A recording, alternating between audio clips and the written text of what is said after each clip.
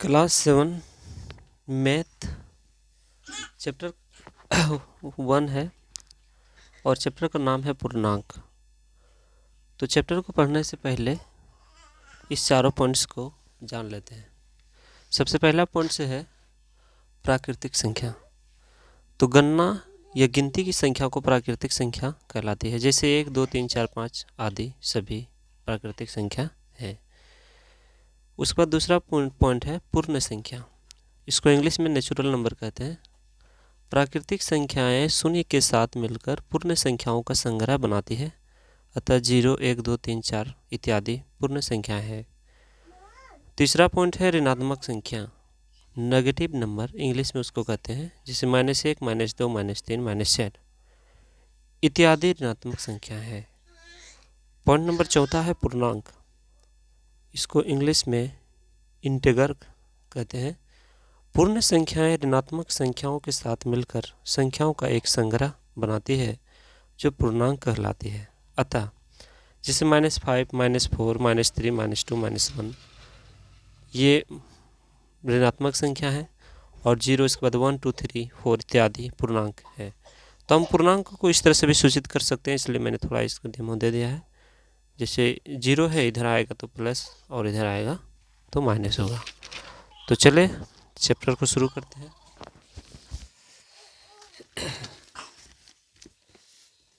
Chapter को शुरू करने के लिए पहले यहाँ पर दिया गया है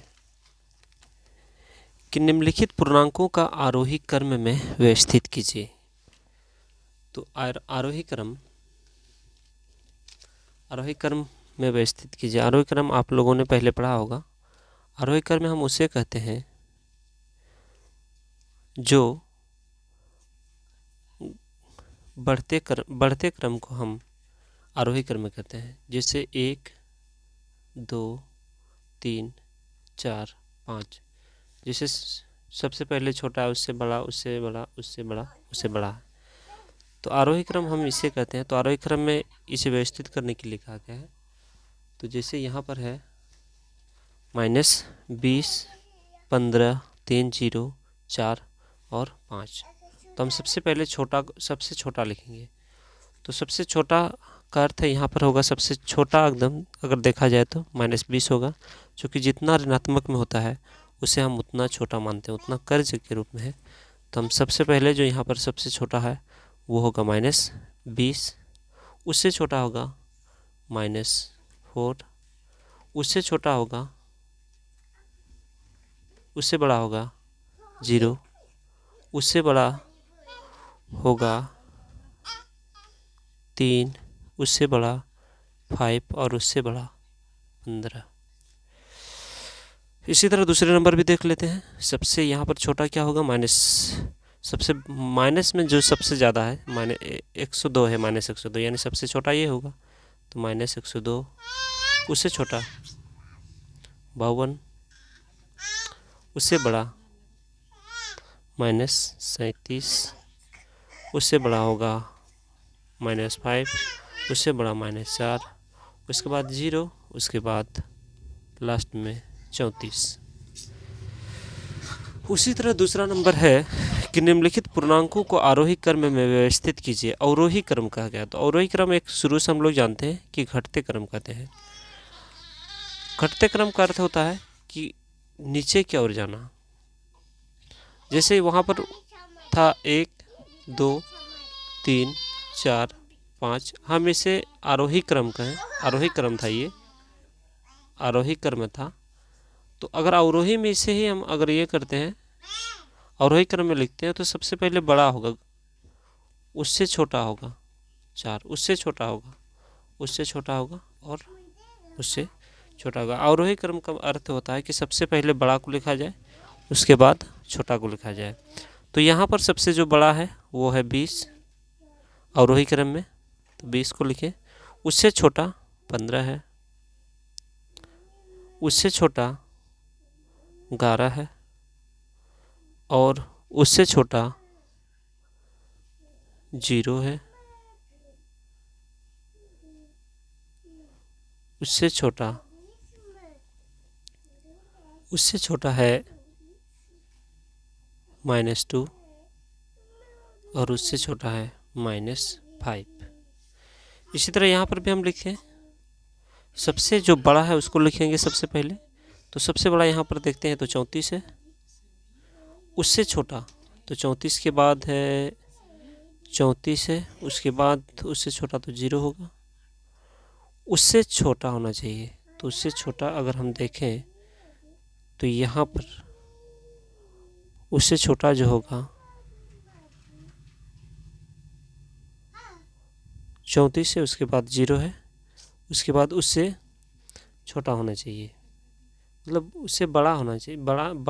घटते बढ़ते क्रम का मतलब है ये, जैसे घटते क्रम तो सबसे पहले बड़ा को लिखें, उससे छोटा, फिर उससे छोटा, उसके बाद लास्ट में छोटा को हम लिखते जाएंगे।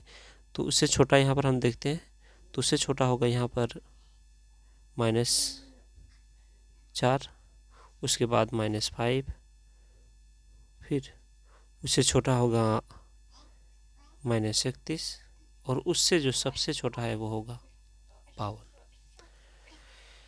यहाँ पर दिया गया है 3 नंबर उपयुक्त संकेतों।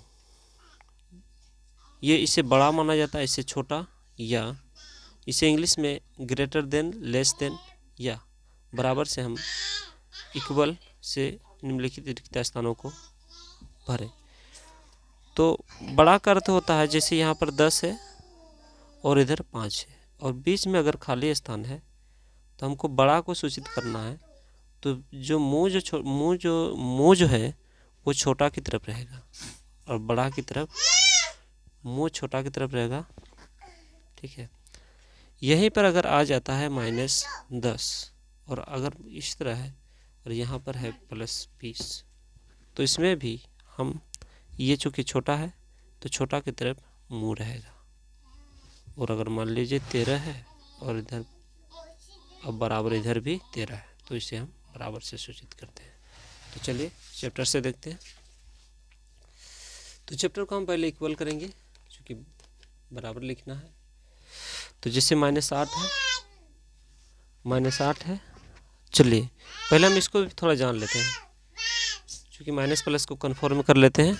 जैसे माइनस और गुना प्लस बराबर माइनस, माइनस गुना माइनस बराबर माइनस, और प्लस गुना माइनस बराबर माइनस। तो इन तीनों चीज़ को हम जान लेते हैं और इन तीनों को जानना बहुत ज़रूरी है। तो इसमें हम जैसे अंदर बाहर में प्लस है, अंदर में माइनस है, तो प्लस माइनस -8। इसी तरह प्लस माइनस, आपने अभी देखा प्लस माइनस क्या होता है -5।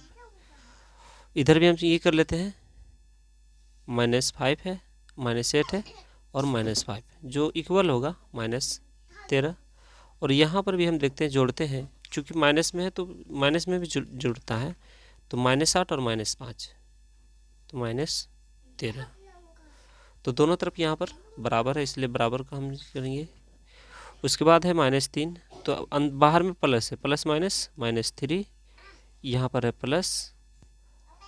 प्लस यहाँ पर चूँकि एक बार हम कन्फर्म में कर लेते हैं, यहाँ प्लस में है और यहाँ पर माइनस में है 12, तो प्लस माइनस माइनस हो गया और इसे गुना कर देते हैं, 12 सत्ते 84, यहाँ पर है 17 और उसके बाद -8 है और बाहर में प्लस है अंदर में माइनस है, तो प्लस माइनस माइनस 19 हो जाएगा। उसके बाद आगे कैलकुलेशन करते हैं, 84 और -3 -87 हो गया। यहाँ पर जोड़ लेते हैं, 19 और 8 हो जाता है, 19 8 हो जाता है 27, और 27 में 17 अगर है तो माइनस यहाँ पर 10 होगा। तो इनमें से हमको बड़ा देखना है, तो बड़ा चूँकि ये होगा, जो कम माइनस में है यही बड़ा होगा, तो इसलिए हम इसे इस तरह का मुँह दे देते हैं। तो यहाँ पर 39 है और प्लस माइनस चूँकि एक बार कर लेते हैं 24, और माइनस माइनस प्लस, जो पहले ही मैंने बताया था माइनस माइनस प्लस, तो +15। तो इसी तरह यहाँ पर है 36 और प्लस माइनस -52 और माइनस माइनस प्लस 36। तो एक बार फिर और कंफर्म कर लेते हैं, 39 और 15 साइड में जोड़ के भी देख सकते हैं अगर नहीं आ रहा तो 9 5 14 और 3 1 4 1 5 54 हो गया और -24। उसी तरह यहाँ पर भी जोड़ देते हैं, 6 6 12 और 3 3 6 1 7 72 हो गया और यहाँ -52। तो चूँकि कैलकुलेशन में हम देखते हैं 54 में 24 में 20, तो इसका आंसर यहाँ 20 होगा, और 72 में 52, तो यहाँ पर भी क्या होगा 20 होगा। चूँकि 54 में 24 घटने से 54 है, तो 54 में हम 24 को अगर घटा देंगे तो 30 होगा, 30, और यहाँ पर 20 होगा। तो इसमें जो बड़ा है, बड़ा तो 30 है, तो इसलिए इस तरह सूचित करेंगे। उसके बाद -201 है, +79 है, और +63 है। तो हम इसे जोड़ लेते हैं एक बार। तो -201 को रहने देते हैं, 9 3 12, और 6 और 7 13 1 14। तो एक बार कर लेते हैं, -201 और 142, क्योंकि घटेगा ही तो घटा देते हैं। 1 में 11 में 2 गया 9, यहाँ पर पहले से 10 था, 9 में 4 गया, 9 में 4 जाने से हो जाएगा 5, और यहाँ पर है 1 1 में यानी 59। तो चूँकि माइनस में ज़्यादा इसलिए -59 होगा। यहाँ पर भी सोल्यूशन कर लेते हैं, -299 +189 और +51। तो चूँकि -299, और एक बार उसको जोड़ लेते हैं, 8 9 1 10 करी 0, और 8 5 13 1 14, 1 1 2, यानी 240 है, 299 है। तो 240 है, इधर 10 50, और इधर हो गया 49, 49 और 10 59। तो इधर भी -59 होगा, इसलिए यहाँ पर भी क्या होगा बराबर है, चूँकि दोनों बराबर है। लास्ट नंबर देखते हैं, 5वां नंबर, 14 है, -5 है, और +6 है। तो कैलकुलेशन 14 6 20, 20 में 5 घटा तो 15 हो गया। उसके बाद ये है 15 +9 -2, तो 15 और 9 20, और इधर हो जाता है 20 4 24, 24 में 2 घटा तो 22। तो चूँकि बड़ा जो है, बड़ा तो यहाँ पर 22 है, तो इसलिए इसका मुंह इस तरह से रहेगा। ये है 4 नंबर। निम्नलिखित में से प्रत्येक के लिए एक पैटर्न पता कीजिए। तो निम्नलिखित में से प्रत्येक के लिए एक पैटर्न का पता कीजिए एवं इनको पूरा कीजिए। तो पैटर्न को हम कैसे देखेंगे कि इनके बीच का अंतर क्या है, इनके बीच का अंतर में क्या है। तो हम देख लेते हैं, जैसे 7 है, 7 के बाद घट रहा है 3, तो इसका मतलब 7 में 3 कब घटेगा, 7 से अगर 3 आएगा तो इसका मतलब बीच में है -4। और इसी तरह यहाँ पर 3 के बाद -1 आ रहा है, तो 3 में अगर हम -4 को माइनस करेंगे तब ना -1 होगा, तो इसके बीच का अंतर भी क्या है -4। और -1 में अगर -4 को ये करेंगे तो कैलकुलेशन हो जाएगा -5, तो इसके बीच में भी क्या है -4। तो इसी तरह हमको -4 जोड़ते जाना है। तो चूंकि -5 है और इसमें अगर -4 को ऐड कर देंगे तो -5 और -4 तो क्या हो जाएगा -9। तो यहाँ पर हो जाएगा -9, और फिर -9 में -4 को जोड़ेंगे तो -9 -4 -13, चूँकि माइनस माइनस भी कैलकुलेशन हो जाता है। और उसके बाद -13 है, -13 में -4 को जोड़ेंगे तो माइनस हो जाएगा 17। ऐसे ही आंसर है, क्योंकि 20 का पैटर्न को पता करना है। इसके बाद आ जाते हैं 2 नंबर। 2 नंबर है, देखते हैं कि 2 है, -2 है, -4 है, -6 है, -8 है। अगर यहाँ पर हम देखते हैं तो यहाँ पर -2 का अंतर है, यहाँ पर -4 से -2, और यहाँ पर भी -2। तो इसे हम आगे में कैलकुलेशन करते रहेंगे तो -8 है, तो -8 में अगर 2 को ऐड करेंगे तो -10, और फिर -10 में 2 को ऐड करेंगे तो -12, और फिर तो -10 -12 में -2 को ऐड करेंगे तो -14। यहाँ पर देखते हैं पैटर्न है 15 है, उसके बाद 10 है, 5 है, 0 है। तो 15 में कितना घट रहा है? जो -5 घट रहा है। उसके बाद यहाँ पर फिर -5 घट रहा है, तब ना 5 आ रहा है, फिर -5 घट रहा है, इसलिए 0 आ रहा है। चूँकि एक बार कैलकुलेशन साइड में कर लेते हैं। जैसे 15 में -5 घटा तो 10 हुआ, और 10 में -5 घटा तो 5, और 5 में 5 घटा 0। तो आगे हमको करना है, तो अब करना है क्या? 0 में हमको 5 देना है, तो इसका मतलब हो जाएगा आगे -5, फिर -5 में -5 तो -10, और फिर -5 10 में -5 -15। उसी तरह यहाँ पर है 11, -11 है, -8 है, -5 है और -12 है। तो यहाँ पर देखना होगा कि बीच में क्या है। -11 है और डायरेक्ट घटता है -8। इसका मतलब हो रहा है कि बीच में -3 +3 घट रहा है।